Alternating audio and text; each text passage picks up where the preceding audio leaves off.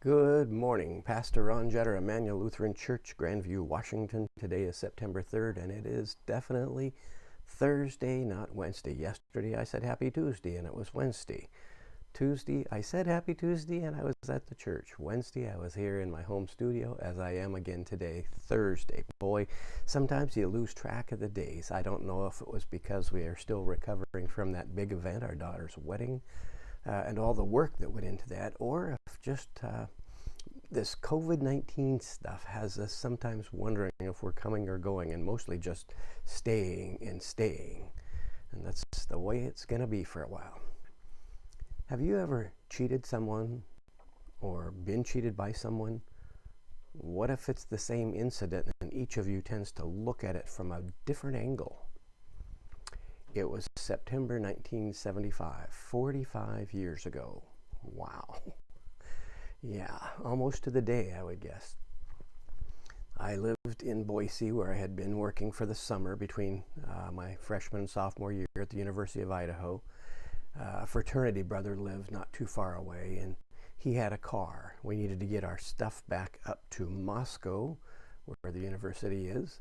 So he said he would go to U-Haul and get one of those temporary hitches, and we'd rent a little trailer. We'd each pay half the cost of it, and we did that and hauled it up there, got our stuff. And about a week after that, this fraternity brother asked me if he could borrow $50. Well, it was the beginning of the semester, and I happened to have enough money. Today, that would be worth about $250, just shy of $250. So inflation's about 5 times in 45 years.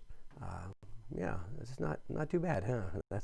Bread wasn't really a nickel back then. It was probably a little more than that. Wishful thinking.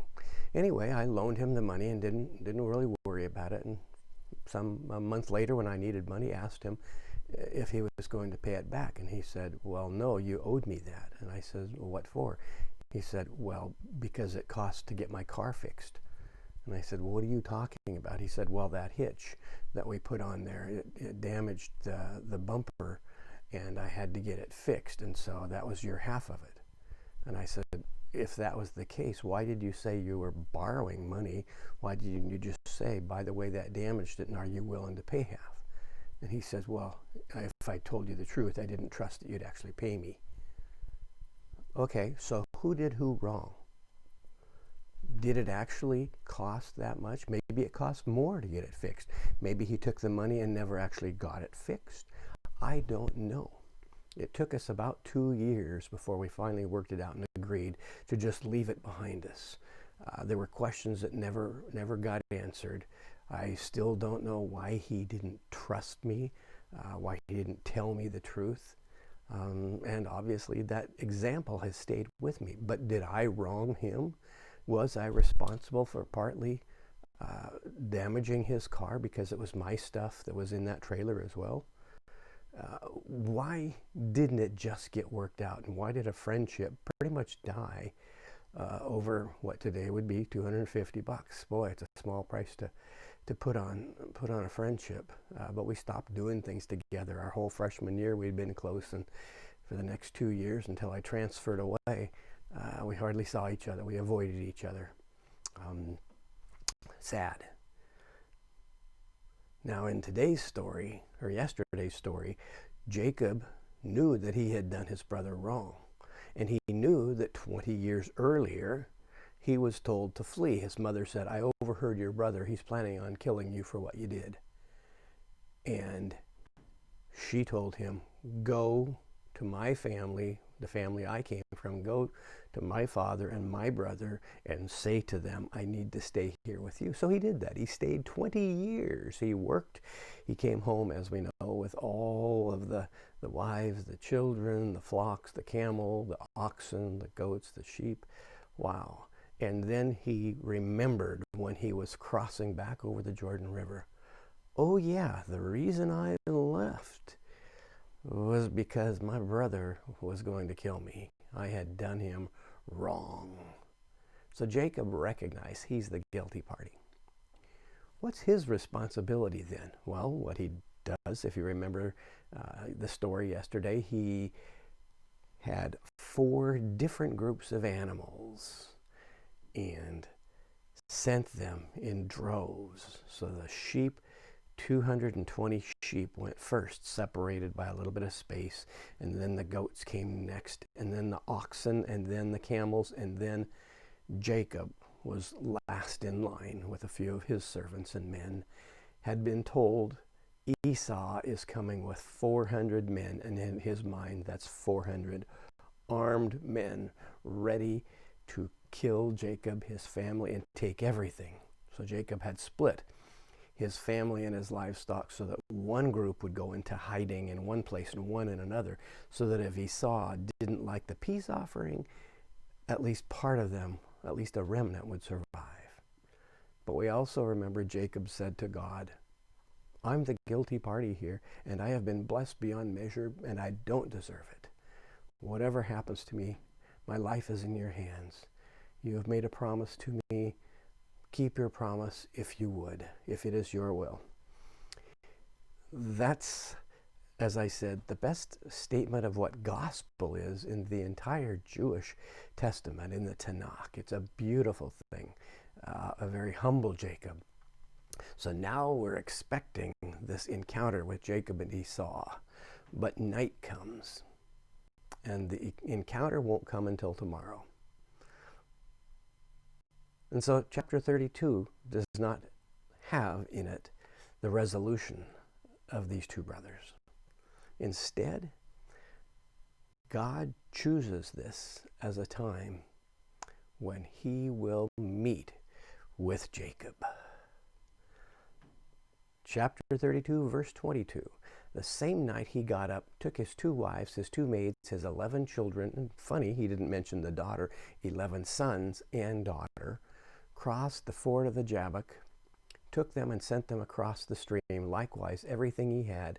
Jacob was left alone, and a man wrestled with him until daybreak.